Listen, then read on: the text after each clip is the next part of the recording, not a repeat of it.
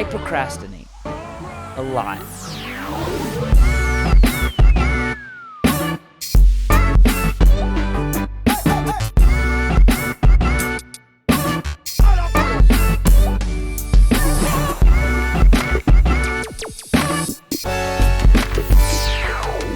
The dictionary defines procrastinating as delaying or putting off something. And boy, does that describe what I've been doing. You may have noticed the past couple months if you've been paying attention to my upload schedule. I'm not doing so hot with the uploading on a regular basis.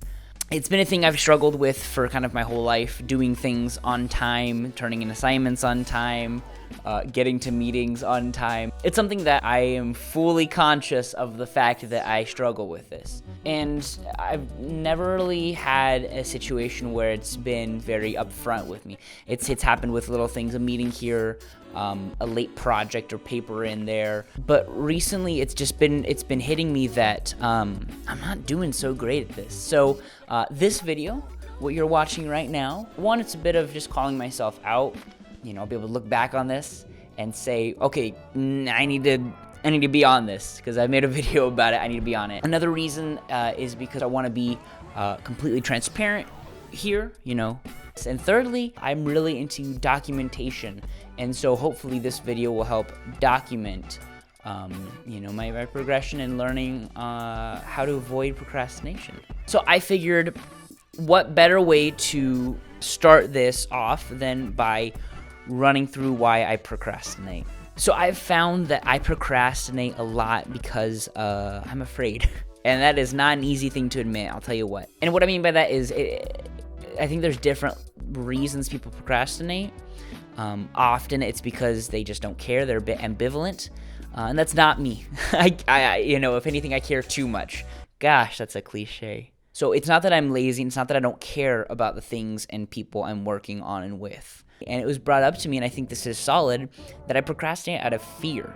And upon evaluating my life and the reasons I've taken time on some things and not taken time on others, that's pretty much it. That's what it is. I'm afraid, and so I avoid the work. I'm afraid of messing up. I'm afraid of, not creating something perfect or not having the perfect project to turn in or the perfect meeting. I have this need to set my quality bar all the way up here to an almost unreachable standard and then, beat myself up because I'm not reaching that. I'm afraid of disappointing people. I'm really afraid of disappointing people.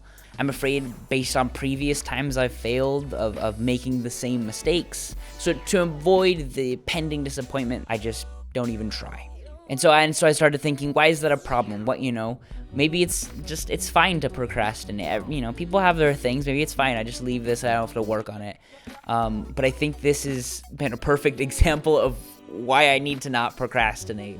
It's taken me some time to get these videos out, and that's not cool for me as a person. It doesn't help me grow, and it's not cool to you, the people who have been supporting me. And so for that, I just want to say I'm sorry. I apologize. But like I said, this is a perfect example of why it's not okay for me to just kind of... It's part of me and you don't understand me, Karen, so just back off, okay? A lot of the stuff that I've been doing is time sensitive. It's time based. It's important that I turn things in, this day. It's important that I show up to this meeting, and this meeting. It's important that I do this class and that class, and I do them on time. And as I'm kind of... moving through stages of life, I'm realizing that even more so. In previous things that I've done, time has been important, but not imperative.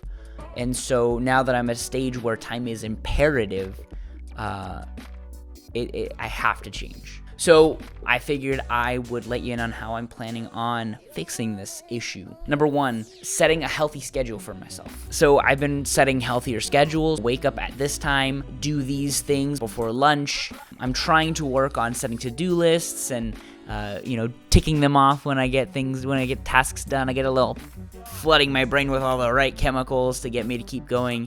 And that's been a huge help to me recently.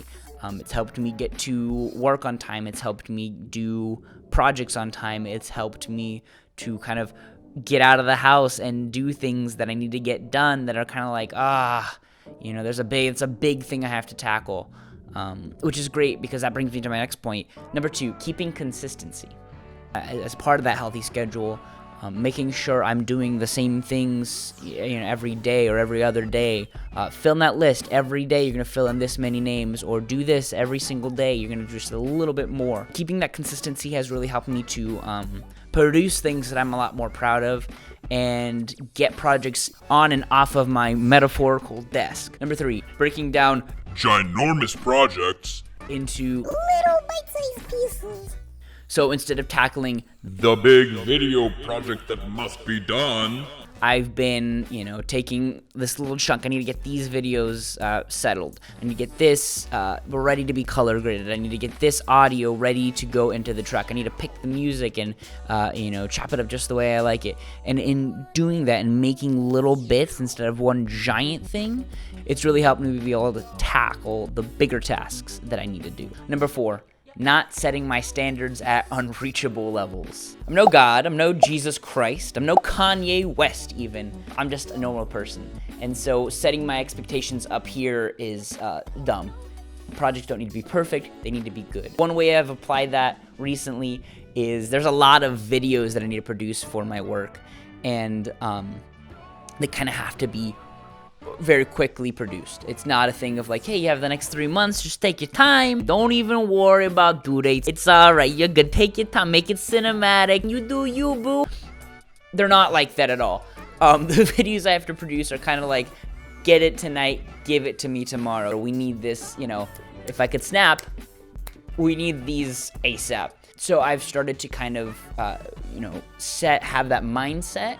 And that's helped me to really work on the procrastination. Things that people see once don't need to be perfect.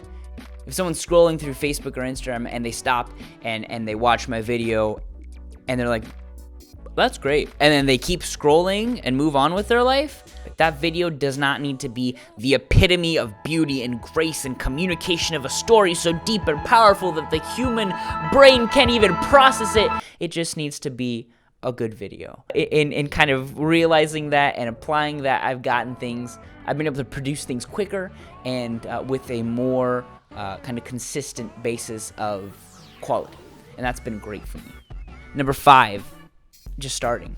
Often when I'm kind of like paralyzed by this sense of making a mistake or disappointing people, I just don't even bother starting projects. I'm just kind of like, I'll do that tomorrow. I'll do that next week.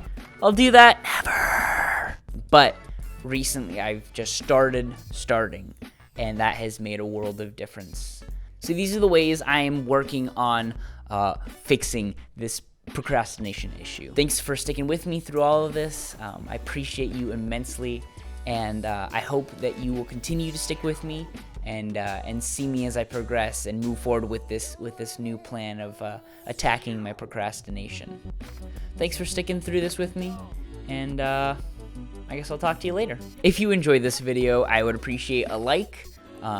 It's not, incredibly hard. It's just right there. Please don't procrastinate. Just click it right now. You might want to subscribe if you're not subscribed already. That way you can kind of keep up to date with what's going on with 1, this procrastinating thing, and 2, future events that are coming up very shortly. I will give you a little detailed list of what's happening. I'm very excited. The one and only Cheerios. These are good snack. Oh, that was gross. Ugh. Oh my goodness. I can't believe it.